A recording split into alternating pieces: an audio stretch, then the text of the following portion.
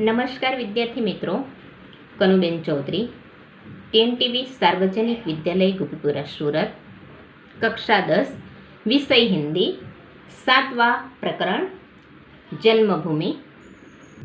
काव्य का प्रकार है कविता। कवि सुमित्रानंदन पंत। सुमित्रानंदन पंत हिंदी साहित्य के ख्यातनाम कवि हैं। प्रकृति के सुकुमार कवि सुमित्रानंदन पंत का जन्म उत्तराखंड के अल्मोड़ा जिले के कौसानी गांव में हुआ था। उनकी प्रारंभिक शिक्षा कौसानी और अल्मोड़ा में हुई। मैट्रिक उत्तीर्ण करके आगे की पढ़ाई के लिए पहले वाराणसी फिर प्रयाग गए। सन 1921 के गांधी जी के असहयोग आंदोलन के कारण पढ़ाई छोड़ दी। सन 1943-44 ईस्वी सन में उदय शंकर के नृत्य केंद्र से संबंध और कल्पना चित्र के निर्माण में सहयोग। सन 1950 से 1957 तक आकाशवाणी में हिंदी सलाहकार रहे। छायावाद के सलाहकार पुरुष, प्रकृति सौंदर्य के अनुपम चित्रकार, काव्य भाषा के समर्थ शिल्पी, प्रौढ़ विचारक कवि को इनके कला और बूढ़ा चांद पर साहित्य अकादमी से लोकायन पर सोवियत भूमि नेहरू पारितोषिक समिति से और चिदम्बरा पर ज्ञानपीठ पुरस्कार मिले हैं।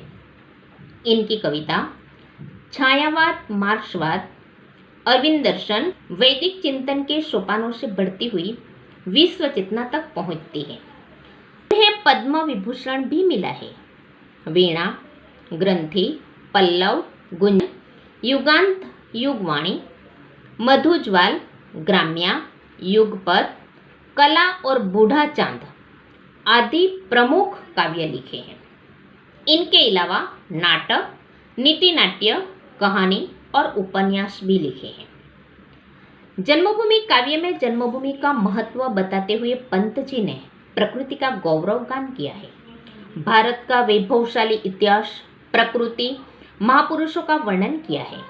हमारे नारी रत्नों की बात बताते हुए पंत जी ने वसुदेव कुटुंबकम की भावना साकार की है। तो अब हम काव्य का गान भी देखते हैं। आप भी मेरे साथ जुड़ सकते हो। जननी जन्मभूमि प्रिय अपनी जो स्वर्गादपि चिरगरीयसी। जननी जन्मभूमि प्रिय अपनी जो स्वर्गादपि चिरगरीयसी। जिसका गौरव भाल हिमालय स्वर्णधर हसती चीर श्यामल। ज्योति ग्रंथित गंगा यमुना जल वह जन जन के हृदय में बसी। जिसे राम लक्ष्मण और सीता बना गए पद धुली पुनीता। जहाँ कृष्ण ने गाई गीता बजा अमर प्राणों में वंशी। सावित्री राधा सी नारी उतरी आभा देही प्यारी। शिला बनी तापस सुकुमारी जड़ता बनी चेतना सरसी। शांति निकेतन जहाँ तपोवन ध्यान अवस्थी हो ऋषि मुनिगण। चिदनभ में करते थे विचरण जहाँ सत्य की किरणें बरसी। आज युद्ध जर जर जग जीवन पुनः करेगा मंत्रोच्चारण। वह वसुदेव बना कुटुंबकम उसके मुख पर ज्योति नवल से। जननी जन्मभूमि प्रिय अपनी जो स्वर्गादपि चिरगरीयसी। जननी जन्मभूमि प्रिय अपनी जो स्वर्गादपि चिरगरीयसी।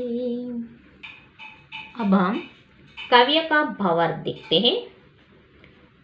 यहाँ कवि कहते हैं कि कवि हमारी जन्मभूमि भारत माँ का गुणगान गाते हुए कहते हैं कि हमारी जन्मभूमि भारत माता स्वर्गदपि चिरगरीयसी यानी कि स्वर्ग से भी अधिक श्रेष्ठ है।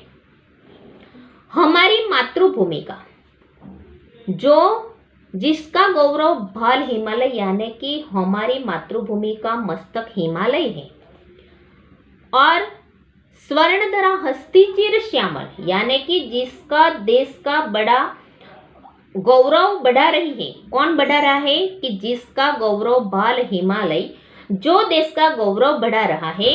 हमारे देश की सुनहरी धरती, स्वर्णधरा यानी कि सुनहरी धरती पर पुलकित प्रफुल्लित हो रही है।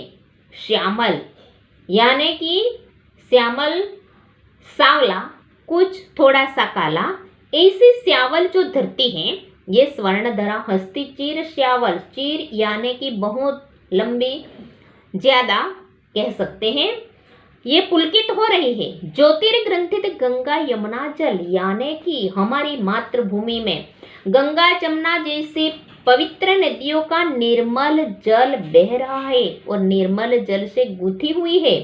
ये नदियां वह जन जन के हृदय में बसी, यानी कि ये नदियां हमारे देश के प्रत्येक व्यक्ति के हृदय में बसी हुई है, जिसे राम लक्ष्मण और सीता बना गए पद धूलि पुनीता। यानी कि यहाँ राम लक्ष्मण और सीता जैसे, जो कवि कहते हैं कि हमारी मातृभूमि भारत पर ये जो भूमि है वहां पे जो मर्यादा पुरुषोत्तम श्री राम, उसके भ्राता लक्ष्मण, उनकी पत्नी सीता मैया जैसे कि बना गए पद धूलि पुनीता। पद यानी कि चरण की धूल से हमारा देश पवित्र बना है। ऐसी भूमि पर भगवान कृष्ण ने अपनी बंसी की धुन से जन जन के हृदय में अपनी अमिट छाप छोड़ दी है। जहां कृष्ण ने गाई गीता, बजा अमर प्राणों की बंसी, यहाँ भगवान श्री कृष्ण ने क्या किया है कि बंसी यानी कि मुरली, भगवान श्री कृष्ण ने यही धरती पर जन्म लिया है, यही धरती पर गीता गाई है, गीता को समझाया है, भगवत गीता जैसा अमर गान किया है। ऐसी हमारी ये जो भूमि है ये पवित्र है। आगे कहते हैं कि सावित्र राधा सी नारी, उत्तरी आभा देही प्यारी, यानी कि हमारे देश में सती सावित्री और राधा जैसी महान नारियां हुई थी, जिनकी आभा यानी कि प्रकाश, जिनकी आभा यहाँ पे इस तरह से उतरी है कि जो मानव जाति में अलौकिक है। और शीला बनी सुकुमारी नारी तपस्विनी, यानी कि तपस्या करने वाली तपस्विनी, सुकुमारी यानी कि कोमल अंगों वाली, जो सुविचार वाली पवित्र नारी, जड़ता बनी चेतना सरसी, यहाँ प्राण न होने का भाव प्रकट किया है, जो जड़ता और चेतना यानी कि प्राणाना। यहाँ बात की है अहल्या की। अहल्या नाम की जो स्त्री थी, गौतम ऋषि की पत्नी, जिसे राम ने अपना चरण स्पर्श किया तो ये जो श्रापित से शीला बनी थी वो फिर से चेतनवंती यानी कि फिर से वो स्त्री बन गई थी। और ऐसी तपस्विनी स्त्री हमारे देश में हो गई है। ऐसे अहल्या सापशिला बन गई और जीती जागती नारी बन गई और चेतन जड़ यानी कि निष्प्राण हो गई थी, जिसमें फिर से चेतना आ गई। ऐसी हमारी ये सावित्री यानी कि सतियों की नारी है। आगे कहते हैं कि शांति निकेतन जहां तपोवन, ध्यानावस्थी हो ऋषि मुनिगण, यानी कि हमारी जन्मभूमि की महिमा निराली है। वहां शांति निकेतन जैसा तपोवन आश्रम है और जहां ज्ञानी ऋषि ध्यानावस्थी यानी कि ध्यान मग्न होकर ज्ञान रूपी नभ मंडल में विचरण करते हैं। चिद नभ यानी कि यहाँ चैतन्य ज्ञान रूपी नभ में वे विचरण करते हैं। हमारा देश सत्य के प्रकाश से आलोकित है, अर्थात यहाँ सत्य की बोलबाला है। विचरण करने वाले ये ऋषियों की भूमि जहाँ सत्य की किरणें यानी कि यहाँ सत्य की ही बोलबाला है, ऐसी हमारी ये धरती है। आगे कहते हैं आज युद्ध जर्जर जग जीवन, यानी कि कवि कहते हैं कि आज समस्त विश्व में लोगों का जीवन युद्ध की विभिषा के से त्रस्त और जर्जरित हो गया है।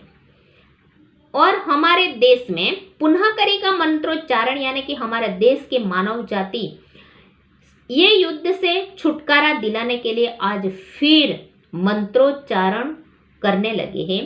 और वह वसुदेव बना कुटुंबकम, यानी कि आज हमारा देश फिर से ये जो जर्जर हुआ हमारा जीवन है उसे मंत्रोच्चार करके और उसे युद्ध करके विश्व में शांति का प्रचार करेगा। वह पृथ्वी पर रहने वाले सभी लोगों के साथ वसुदेव, यानी कि पृथ्वी की तरह जो हमारी वसुधा जो पृथ्वी है, यहाँ बना कुटुंबकम, यानी कि परिवार जैसा हमारा सारा पृथ्वी के लोग बनेगा। और जो युद्ध जर्जर से जगजीवन जो जर्जरित हुआ है वहाँ पुनः मंत्रोच्चार करेगा और शांति का विश्व पाठ करेगा और शांति से युद्ध से छुटकारा देकर शांति से सब लोग हिल मिल जुल कर रहकर उसके मुख पर ज्योति नवलसी, यानी कि फिर से यहाँ मिलजुल कर सब रहकर ऐसा प्रचारक बनेंगे कि सबके मुखमंडल पर नई चमक आ जाएगी। इस तरह से कवि कहते हैं कि हमारी जो जननी जन्मभूमि हमारी इतना प्रिय है, इतने प्रिय है कि जो हमें जो स्वर्ग मिलता है ये स्वर्ग से भी अधिक श्रेष्ठ है। हम हमारी जन्मभूमि से स्वर्ग से भी अधिक प्यार करते हैं। अब हम गुजराती में उसका भावार्थ देखते हैं। ગુજરાતીમાં જોઈએ, પહેલી જે પંક્તિ છે એમાં કવિ સુમિત્રાનંદન કહે છે કે આપણી જન્મભૂમિ ભારતના ગુણગાન ગાતા અહીં કહે છે કે આપણી જન્મભૂમિ ભારત માતા સ્વર્ગથી પણ વધારે શ્રેષ્ઠ છે। આપણી માતૃભૂમિનું મસ્તક હિમાલય છે। ભાર હિમાલય એટલે કે મસ્તક હિમાલય છે જે દેશનું ગૌરવ વધારી રહ્યો છે। આપણા દેશની સવર્ણધરા એટલે કે સોનેરી ધરતી હંમેશા પુલકિત પ્રફુલ્લિત રહે છે। આપણી માતૃભૂમિમાં ગંગા જમુના જેવી પવિત્ર નદીઓના નિર્મળ જળથી એ ગૂંથાયેલી છે અને આ નદીઓ આપણા દેશની પ્રત્યેક વ્યક્તિના હૃદયમાં વસેલી છે। બીજી પંક્તિમાં કવિ કહે છે કે આપણી માતૃભૂમિ ભારતની એ ભૂમિ છે કે જ્યાં મર્યાદા પુરુષોત્તમ રામ, એમના ભાઈ લક્ષ્મણ અને સીતા માતાના ચરણોની ધૂળથી આ ધરા પવિત્ર થઈ છે। આ ભૂમિ પર ભગવાન શ્રી કૃષ્ણે પોતાની મોરલી વગાડી છે અને મોરલીના ધૂનથી પ્રત્યેક મનુષ્યના હૃદયમાં પોતાની અમિત છાપ છોડી છે અને ભગવદ્ ગીતા જેવા અમર કાવ્યની રચના કરીને લોકોને જ્ઞાનનો ઉપદેશ આપ્યો છે। ત્યાર પછીની પંક્તિમાં કવિ કહે છે કે સાવિત્રી રાધા જેવી મહાન નારીઓ આપણા આ દેશમાં થઈ ગઈ જેમણે પોતાના પ્રકાશથી માનવ જાતિને આલોકિત કરી છે।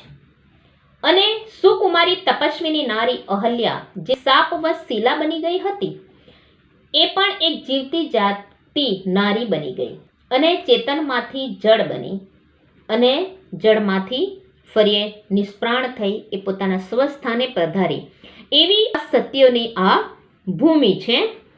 એ જ રીતે આગળ કવિ કહે છે આપણી જન્મભૂમિનો મહિમા નિરાળો છે। અહીં શાંતિનિકેતન જેવું તપોવન છે અને જ્યાં જ્ઞાની ઋષિઓ ધ્યાનમગ્ન થઈને જ્ઞાનરૂપી નભમંડળમાં વિચરણ કરે છે। આપણો દેશ સત્યના પ્રકાશથી આલોકિત છે, અર્થાત અહીં સત્યનો ખૂબ જ મહિમા છે। આગળ કવિ કહે છે આજે સમસ્ત વિશ્વમાં લોકોનું જીવન યુદ્ધથી ભયંકરતાને કારણે ત્રસ્ત અને જીર્ણ થઈ ગયું છે।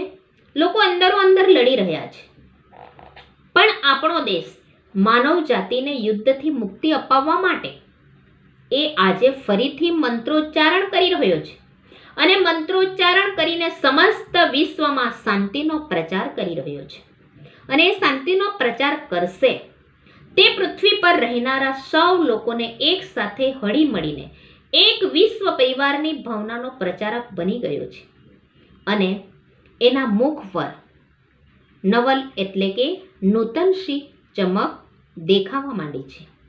કવિ કહે છે કે આવો આ આપણો દેશ, આપણી આ જન્મભૂમિ એ સ્વર્ગ કરતાં પણ વધારે શ્રેષ્ઠ છે અને તેથી જ એ આપણને ખૂબ પ્રિય છે।